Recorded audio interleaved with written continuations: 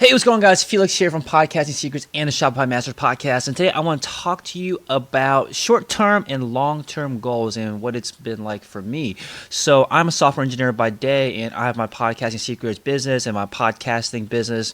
It's basically side hustles. And during this time, I'm trying to find ways to continue to grow my business until I'm able to basically quit my day job. And I've been going this for years now, and I think a big part of it is I live in a high cost of living area. I live in New York City, so I could definitely move to like somewhere that's lower cost of living and do this a lot sooner. But I'm focused on surviving and making it work here in New York. And as a software engineer, it's definitely one of the more lucrative jobs, and it's very beneficial for anyone that you're definitely super blessed about having this kind of career because you definitely, it's a high salary paying job. It's definitely, way above average, and there's lots of opportunities right now. And it's one of those fields where there's constantly headhunters, like recruiters that are constantly going after you. I think if you have any level of experience, like a couple years as a software engineer, you're going to get at least one email every week asking you to interview at a company. I've been at this for about 5-6 years now as a software engineer, so I get emails almost daily now. And it's nothing special, right? Because everyone is looking for engineers, constantly asking you to interview, promising like these amazing opportunities, which are often true, like bumps in salary, increases in salary. And on the outside, I'm thinking like, yeah, I should go after these opportunities while I am also pursuing my side hustle, my side business, because going after these jobs, getting a bigger promotion, a bigger pay, it's more prestigious, right? I think that others will look like it's a move up and that I'm having success in my life. And also internally, it makes me have a win, right? It gives me a win. It increases my salary. It makes me feel good. It makes me feel like I'm, successful and quote unquote successful in life and making progress. And also allows me to distract myself from the pains and the struggles of the side business, right? Because that's like 90% failure, right? And 10% success. And that's the way entrepreneurship is. That's the way that when you are building anything, it's mostly failures and you're failing towards success. While when there's a carved and clear path, like a career path, it's much more like 90% success and like 10% failure, because it's all set up for you to just kind of do your thing. And there's pros and cons of doing that, right? There's the pro is that obviously you're more likely to have strings of successes, but in a big scheme of things, you're not building an asset, you're not building something of your own. And that's what I want. That's what I want with my side business. Even though it's lots of strings of failures on the way towards success, I'm actually building an asset. And the big issue with that is that it's a kind of a big distraction, right? Every single time I do job opportunity is a big distraction for me, and I feel compelled to entertain them. I feel compelled to start questioning, oh, maybe I should try to find a new job while I'm pursuing my side business. Maybe I should pursue this opportunity. It's like, a 20% bump in salary, and I feel like that's what most people would do, right? When an opportunity comes for someone to increase their salary, to change jobs, to get a promotion, to move up in the ranks, it's something that most people would do. But I started realizing that what if that this is really just kind of a short-term win that distracts me from my long-term goals of building an asset. And I follow this guy, Ramit Sethi, who some of you guys might know. He runs a business called I Will Teach You to Be Rich. He puts out books, courses, everything basically about personal development. Great guy, great content on anyone out there that wants to learn more about personal finance and just increasing their earning potential, basically.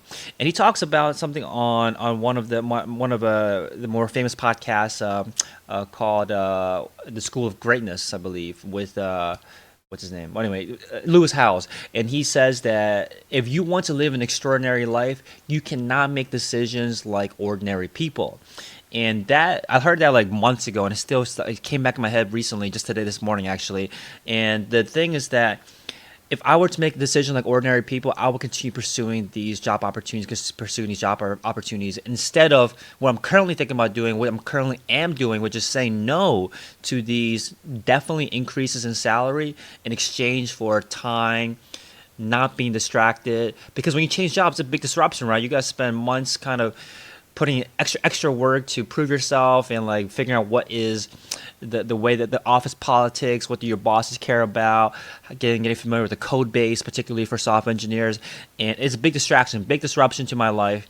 And I could go that path and get a quick bump in salary, but it's distracting me from building my asset. Is stopping my momentum. So the plan is to I've already decided I'm not going to pursue other job opportunities. I'm just going to focus on, doing my job at work, of course, but then mostly focused on how do I continue building my asset.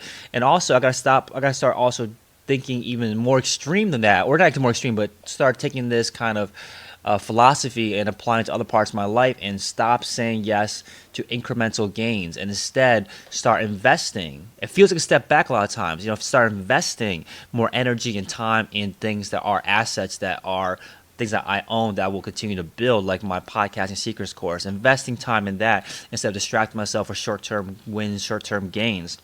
And the big kind of achievement for me is that it has helped me a ton in turning away from these like lucrative, I guess semi-lucrative cash injections or short-term gains, and instead focus on asset building.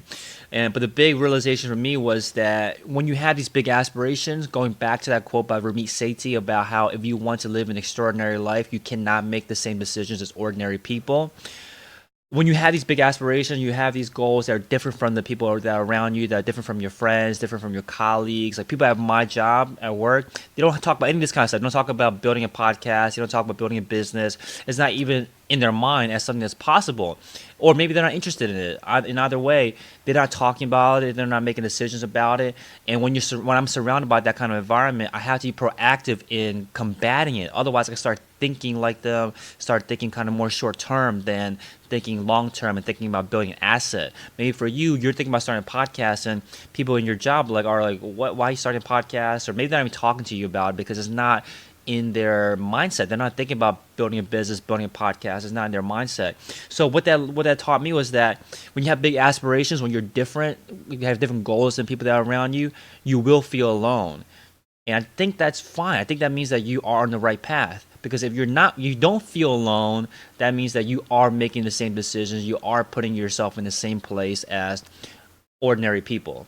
And I'm not trying to say that as like a diss on ordinary people, but the point I guess I'm trying to make is that if you want to be different, you have to make different decisions. You have to be on a different path. If you're on a different path, you're gonna have less people around you, and I think it's okay. I think that means that you're on the right path. And to me, I gotta constantly remind myself more.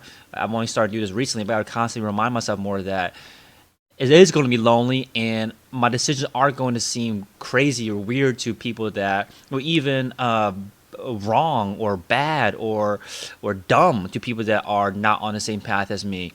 But I think what I gotta get better at is being stronger and have more faith in my intuition that I am making the right decisions. Hopefully it helps you out. If you are doubting yourself or thinking that you're not on the right path because no one else is thinking about doing that same thing as you, that's a good thing. I think that's a good thing. That means that you are making different decisions. You are on a different path, and you have to take a different path if you want to get to a different goal. So hopefully that helps you out. I'll talk to you guys soon. Take care. Bye bye.